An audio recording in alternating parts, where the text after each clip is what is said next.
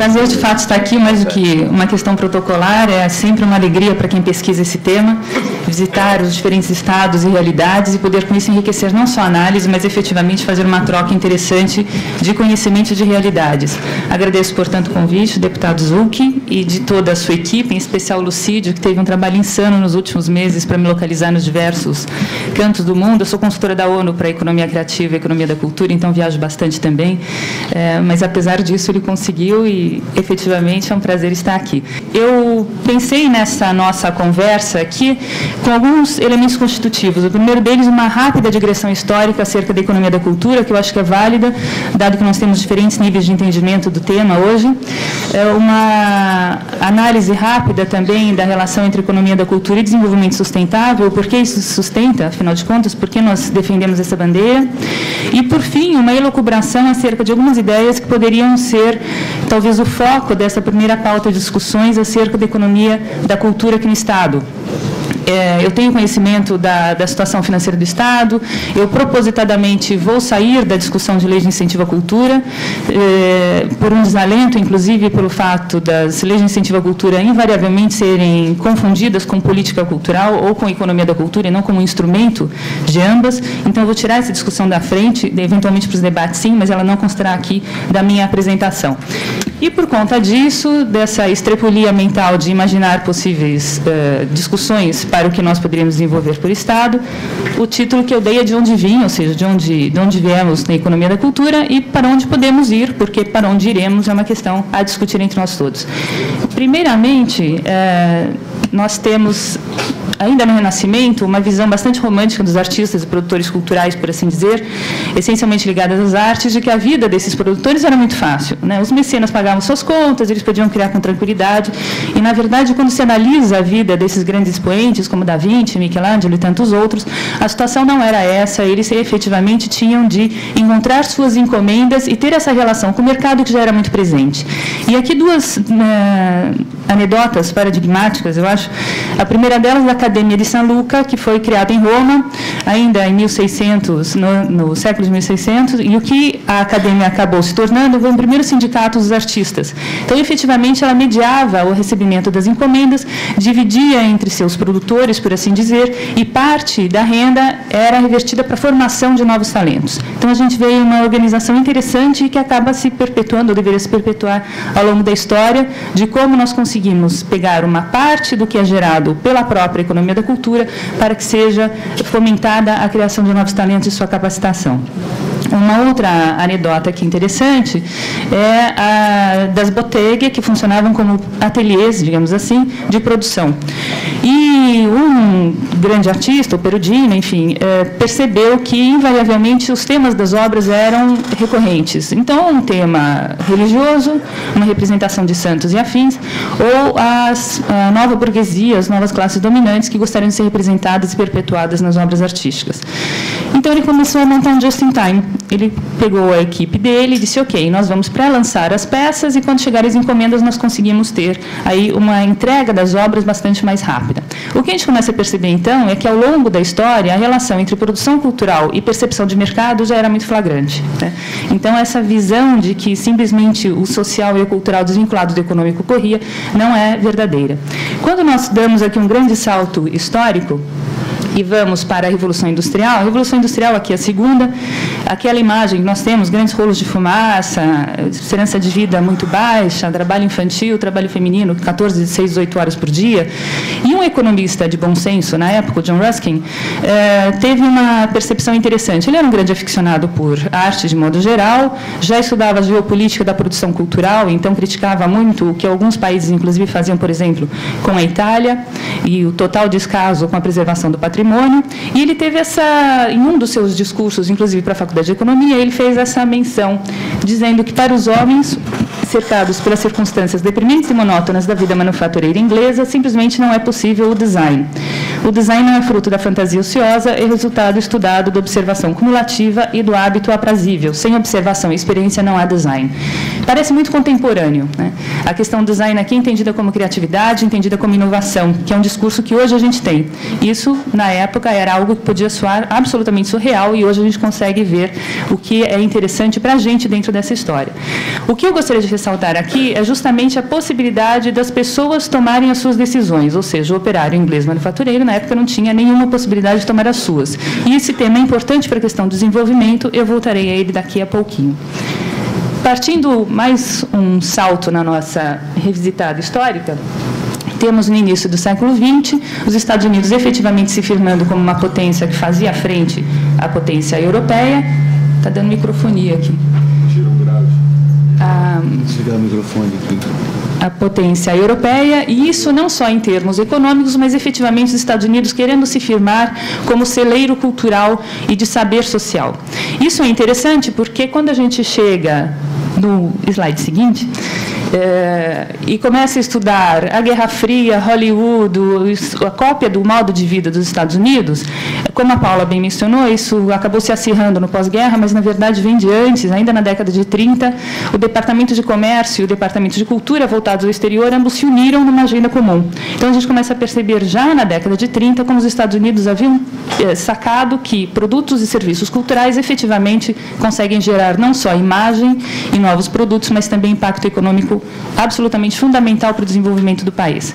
Quando nós vemos, então, o pós-guerra, uma questão que é emblemática é o Acordo de Bloom-Burns. A França, durante a Segunda Guerra Mundial, claramente tinha se endividado para com quem tinha dinheiro à época, os Estados Unidos, para poder se manter no próprio conflito bélico. E fim da guerra, portanto, em 1945, no ano seguinte, o ministro das Finanças, dos Estados Unidos, o Burns, chegou para o seu colega francês, Mr. Bloom, e disse: tem uma proposta absolutamente irresistível. Eu concedo anistia de grande parte dessa dívida, concessão de um novo empréstimo a perder de vista, sob uma condição, que vocês, França, franqueiem o acesso às salas de cinema do seu país para os filmes que eu decidir que serão veiculados, salvo uma semana por mês. Isso em 46, né, há mais de 60 anos.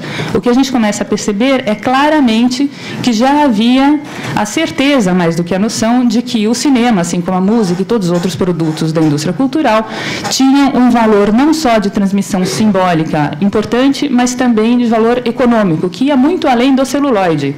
Porque é claro que as pessoas, depois, vendo o filme da Doris Day, querem copiar o cabelo penteado dela, querem comprar a televisão que está no filme do XPTO, olha o carro, que interessante, e isso acaba fomentando todas as outras indústrias do país, mais além das indústrias culturais. Então, é flagrante esse desenvolvimento, é importante a gente ter isso em vista. A gente dá mais um pulo e chega ao final do século XX. E aqui eu faço um parêntese, que é o surgimento da economia da cultura como campo de discussão, como disciplina econômica, ainda na década de 60. O que acontece também nos Estados Unidos?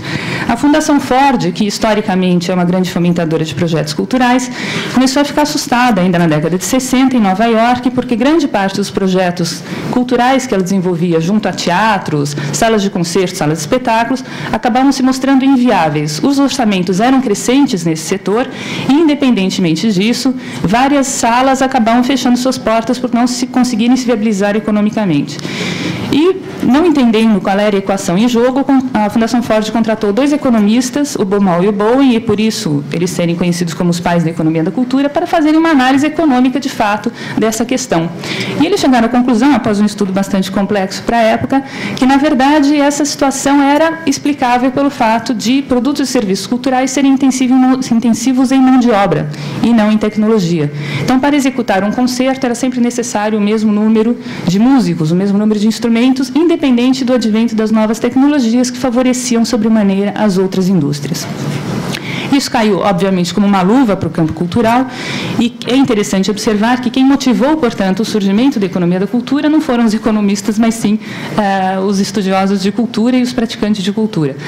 Depois desse estudo, vários outros seguiram, não só nos Estados Unidos, mas também na Europa. Ainda na década de 70 surgiu o primeiro journal, que hoje ainda existe e com muito reconhecimento mundial, que é o Journal of Cultural Economics, e em cujo board, na verdade, a gente tem no corpo editorial pessoas da Europa, dos Estados Estados Unidos e do Japão, enfim, da Oceania de modo geral, ninguém dos países em desenvolvimento, para a gente perceber um pouco como a gente tem que correr atrás do prejuízo, porque essa discussão ainda é muito nascente no Brasil.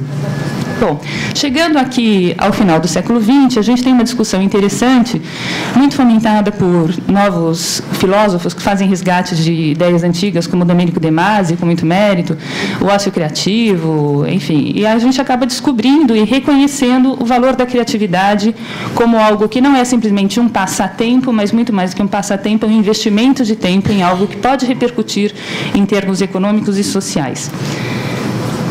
Vamos lá? Bom, feita essa rápida pinceladinha, e eu já estou quase no meio da história, a gente começa a descobrir as relações entre economia da cultura e desenvolvimento e por que seria importante a gente investir nesse setor e nessa área de conhecimento para se contextualizar, inclusive, na geopolítica mundial.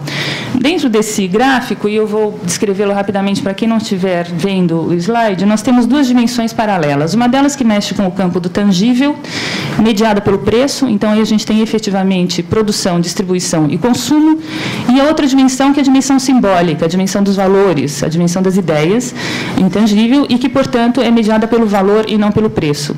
O que é interessante observar é que uma se relaciona intimamente com a outra, e quando uma delas não consegue se concretizar em qualquer um desses quadradinhos, a outra fica deficitária.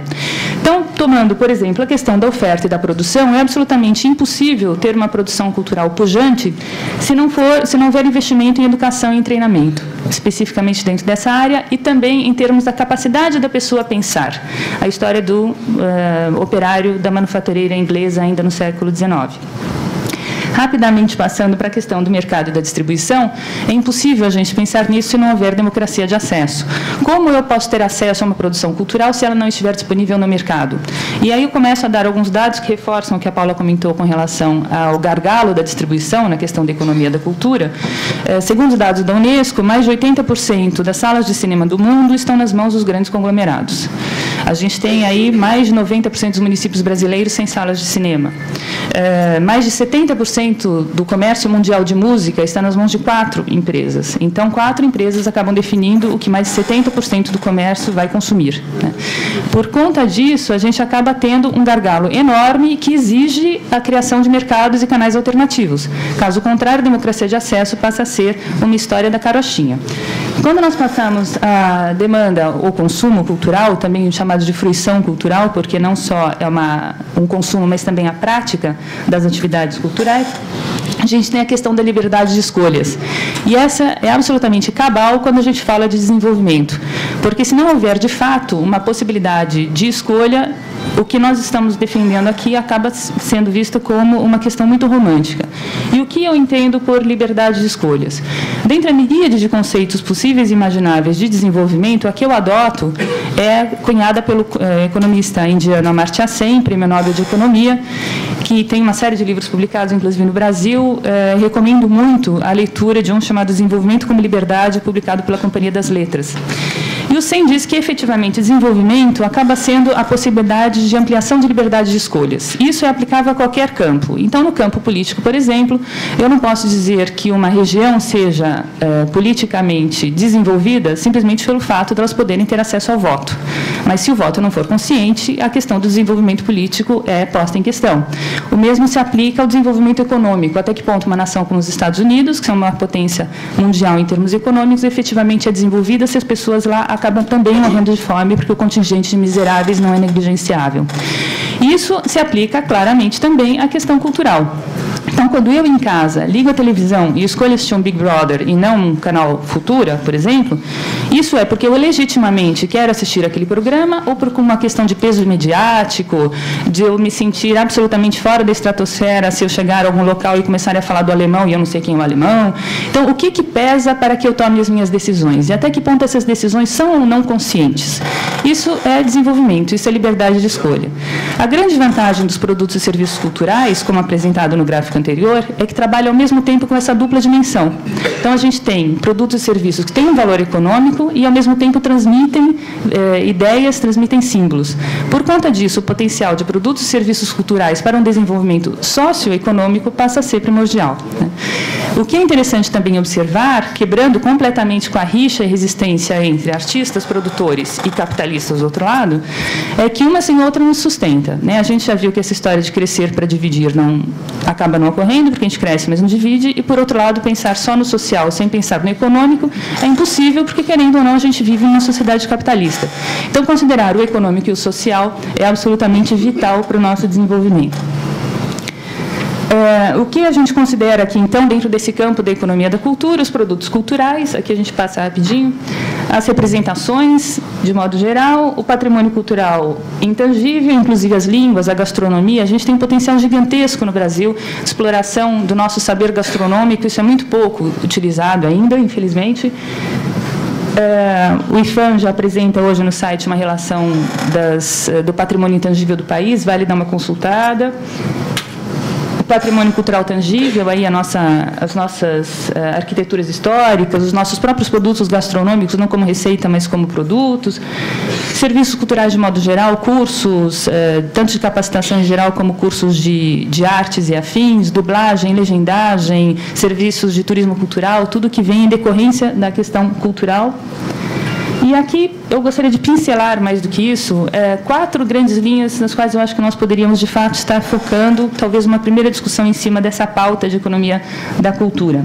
A primeira delas, de levantamentos sistemáticos de produção, distribuição e consumo, efetivamente sem números nas mãos. É muito complicado a gente chegar a qualquer conclusão, não somente porque eles justificam um maior investimento em cultura, a partir do momento que ela é vista como investimento e não como despesa, mas também porque, se não for feito um processo de planejamento e acompanhamento desses números, a gente começa a tomar ações sem saber as suas repercussões de fato. Então, é preciso haver um processo contínuo de levantamento. Segundo, promoção de canais de distribuição e canais alternativos, como festivais, utilização de novas tecnologias para produção e distribuição de consumo cultural, oportunidade de financiamento e capacitação, em especial para as micro e pequenas empresas. Aí eu vou deixar a festa para a Valéria, que dá um baile nesse tema. Então, passando rapidamente pela questão da oferta, eu gostaria de mencionar um estudo que foi realizado pela Comissão Europeia ao final do ano passado, tendo se divulgado no finalzinho mesmo, acho que em novembro, e o que eles fizeram foi analisar como a cultura é encarada pelos diferentes países da região, em termos não só metodológicos, e aqui vai um alerta, quando a gente analisa os números da economia da cultura nos diferentes países, eles claramente não são comparáveis. Então, por favor, não caiam na tentação de dizer na Espanha representa X, mas na Inglaterra representa Y, porque em alguns países, como, por exemplo, na Espanha, indústrias culturais e do entretenimento estão amplamente ligadas, então é impossível separá-las. Em outros países, como França, eles incluem educação. Em outros países ainda, incluem turismo. Então, a metodologia já não permite e a cesta de questões a serem mensuradas também não. Então, os dados comparáveis entre os países, salvo quando são questões como conta satélite, que a Paula mencionou, não se aplicam. Tá? Esse estudo é interessante por isso, ele dá uma primeira visão europeia a um balaio de países que têm considerações, em princípio, distintas do que seria a cultura. E o que eu gostaria de enfatizar, mais do que o número de 0,2% em um país, 3,4% em outro, é o resultado básico, a mensagem claríssima desse relatório, que é estabelecer a Europa como um centro criativo é fundamental para a competitividade da região. O que isso significa? A Europa está numa situação bastante complicada. Continua, como sempre, num embate econômico com os Estados Unidos. Ao mesmo tempo, toda a questão da unificação europeia ainda tem delicadezas internas a serem resolvidas. Está com a China no calcanhar econômico, quebrando um monte de arranjos produtivos tradicionais, e precisa se diferenciar. Claramente, o que a Europa percebeu é que ou ela foca na sua própria criatividade, que tem muito embasada em cultura, ou ela não consegue ter um espaço condizente dentro da geopolítica econômica no futuro. Isso acaba sendo revertido também na China. Eu estive na China 3 vezes no ano passado, e é interessante observar como, em 4 meses, eles transformam o país, ou pelo menos as grandes cidades. Em um momento, eles começaram a investir em uma questão chamada parques criativos. Eles criaram 13 e depois de um ano já tinham 30. E o que eles começaram a perceber é que questões como a moveleira, que eles copiaram do norte da Itália, e o norte da Itália acabou quebrando por conta disso, essa indústria específica, eles começaram a ter um problema em repercussão, que foi, a partir do momento que eles tiveram uma demanda maior do que a oferta, eles tiveram que investir mais pesadamente em mão de obra e aumentar os salários. Aumentando os salários, eles deixaram de ser tão competitivos como eram. E, por conta disso, a Itália continua continuou a ter um respiro e a China teve que se reequacionar. Isso ocorreu claramente não só no setor moveleiro, mas também em vários outros. E, por conta disso, a China disse, ou a gente investe em criatividade, ou só copiar a preços baixos não vai dar certo.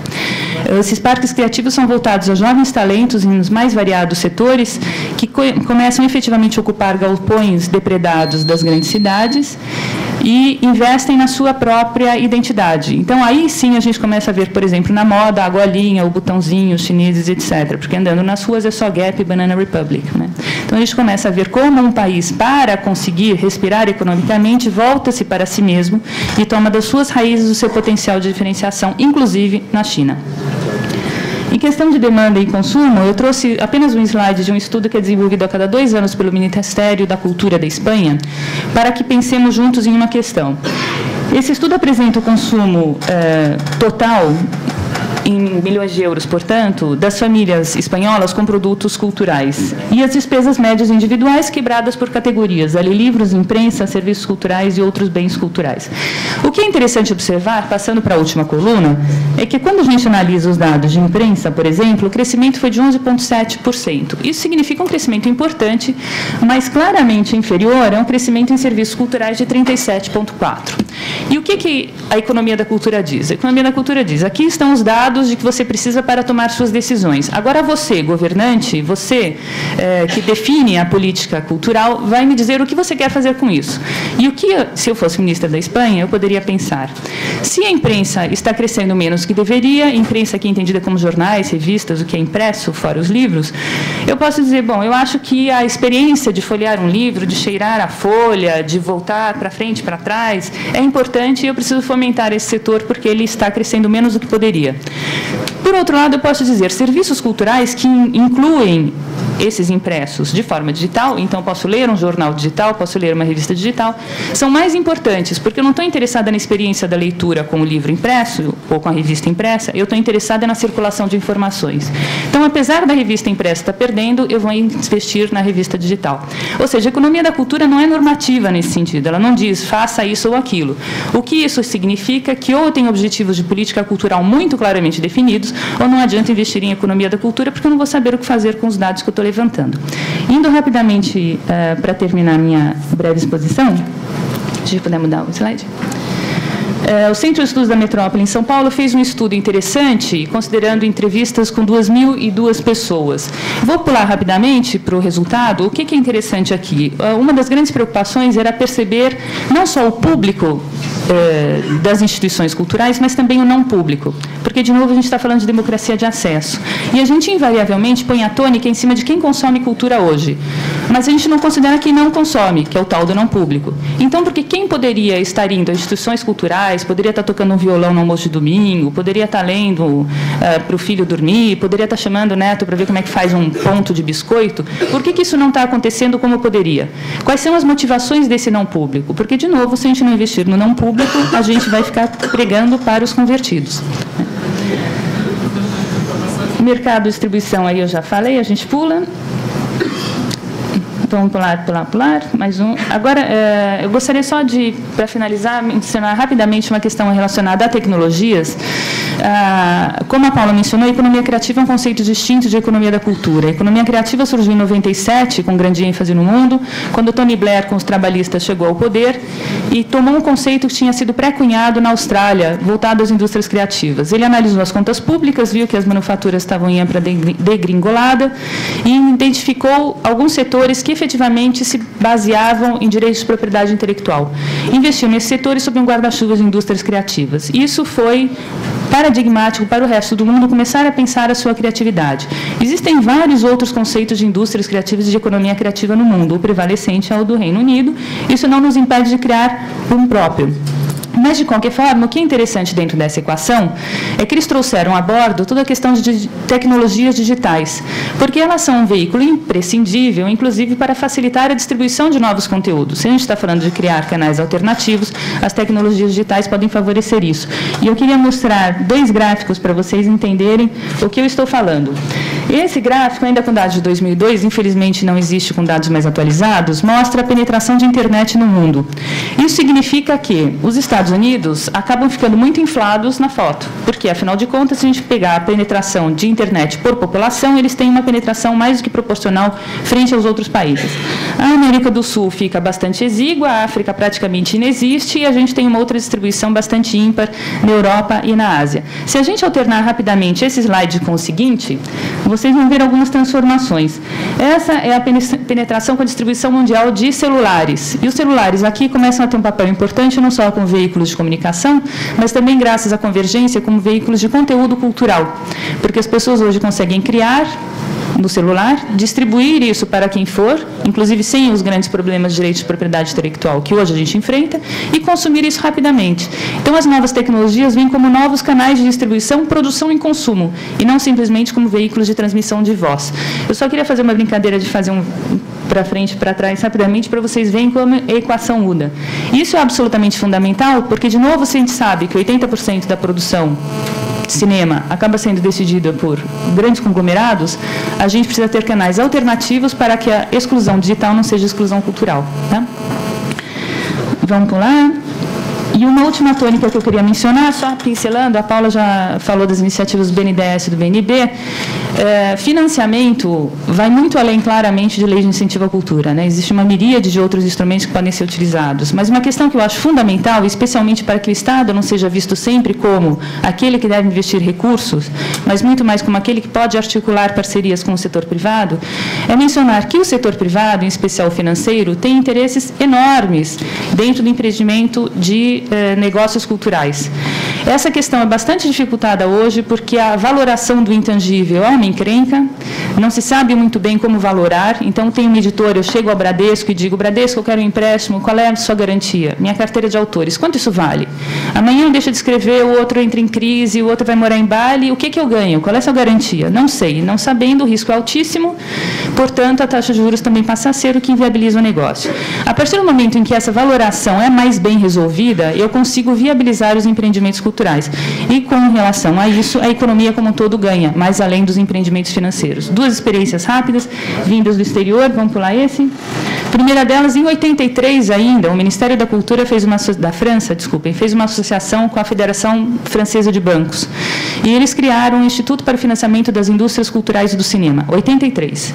O que eles perceberam é que esse caso não era exclusivo, claramente, ao Brasil, mas é um problema mundial de valoração e de falta de comunicação entre os diferentes setores, e eles fundaram essa instituição que funciona como instituição de resseguros. Então, o Bradesco, do nosso exemplo, vai até o FSIC e fala: recebi isso, o que eu faço? E o FSIC concede a garantia de até 70% do empréstimo, caso ele não se mostre concretizável. Por conta disso, claramente, a taxa de juros despenca, porque a associação a risco também despenca. Né? E, por fim, uma forma de financiamento ao consumo, o Reino Unido desenvolveu uma pesquisa para entender qual era, dentre as indústrias culturais, aquela que mais sofria para favorecer o seu consumo e, portanto, concretizar sua produção. E descobriu que era, em todas as suas formas de expressão, a arte contemporânea, que invariavelmente era vista como um mico, porque eu compro um quadro hoje, amanhã, de repente, ele deixa de estar na moda, passou a ser kit, o que eu faço com ele? Foi um investimento que eu estou perdendo, não quero comprar arte contemporânea. Por conta disso, a Associação de Cultura de Londres fez uma parceria com a HSBC e 200 galerias da cidade para que fossem concedidos empréstimos de compra subsidiada de obras de arte contemporânea de até 2.000 libras, pagáveis em 10 meses sem juros, que é uma coisa impensável para um contexto do Reino Unido. Hoje, quando se analisam os dados das pessoas que compraram pela primeira vez obras de arte contemporânea no país, o que se percebe é que mais de 80% delas querem comprar novamente. Né? Então, o que a gente começa a perceber é que não necessariamente eu tenho que ter um Estado que investe recursos, mas eu tenho que ter um Estado criativo, que consegue fazer parcerias com outros setores e agentes da sociedade e que, essencialmente, tem que ter objetivos de política pública muito claros dentro da área cultural e de desenvolvimento, porque, senão, de novo, a gente acaba investindo ao léu e não sabe como os resultados podem ser acompanhados. Desculpem pelo atraso, mas eu acabo me empolgando. Enfim, espero que tenha esclarecido algo. A apresentação, de qualquer forma, vai ficar à disposição de quem estiver interessado. Já está gravado no pendrive do Lucídio, então fiquem à vontade para ter acesso aos dados. Obrigada.